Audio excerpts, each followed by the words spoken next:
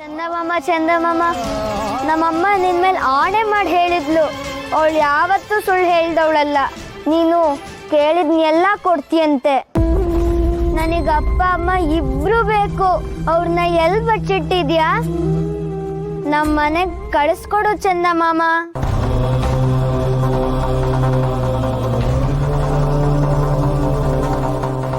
ಕಂದ, ನಾನು ಬಂದಿದ್ದೀನಿ ಮಗನೇ.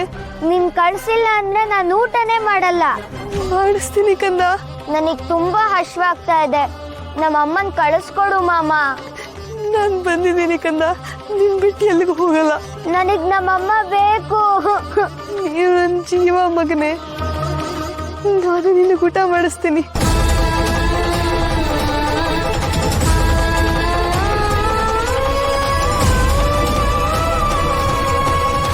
ಅಯ್ಯೋ ದುರ್ವಿಧಿಯೇ, ನನ್ನ ಮಗನನ್ನ ಸ್ಪರ್ಶ ಮಾಡಕ್ಕೂ ಆಗ್ತಾ ಇಲ್ವೇ?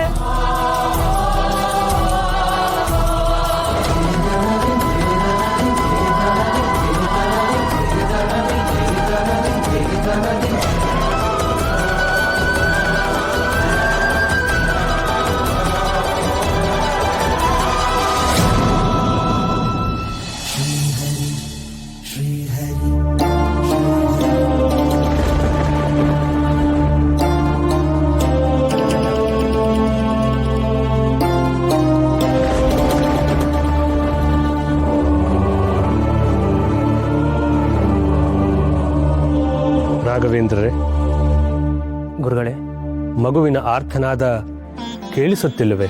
ಕೇಳುತ್ತಿದೆ ಗುರುಗಳೇ. ಅವನಿಗೆ ದರ್ಶನ ನೀಡಬಾರ್ದೆ? ಮರಳಿ ಮೋಹದ ಬೆನ್ನತ್ತಿ ಹೋಗುವುದೇ? ಇದು ಮೋಹವಲ್ಲ ಯತಿವರ್ಯ, ಕಾರುಣ್ಯ.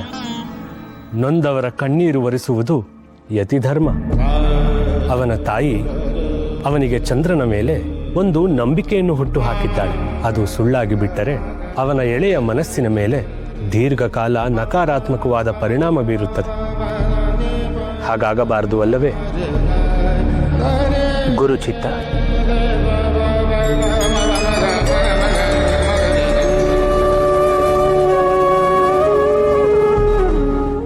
ಚಂದಮಾಮ, ಅಮ್ಮ ಹೇಳಿದ್ಲು ನೀನು ಅಪ್ಪನ್ನ ತೋರಿಸ್ತೀಯ ಅಂತ.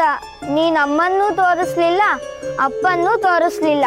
ನಾನು ನಿನ್ ಜೊತೆ ಮಾತಾಡಲ್ಲ, ಮಾತ್ ಬಿಡ್ತೀನಿ.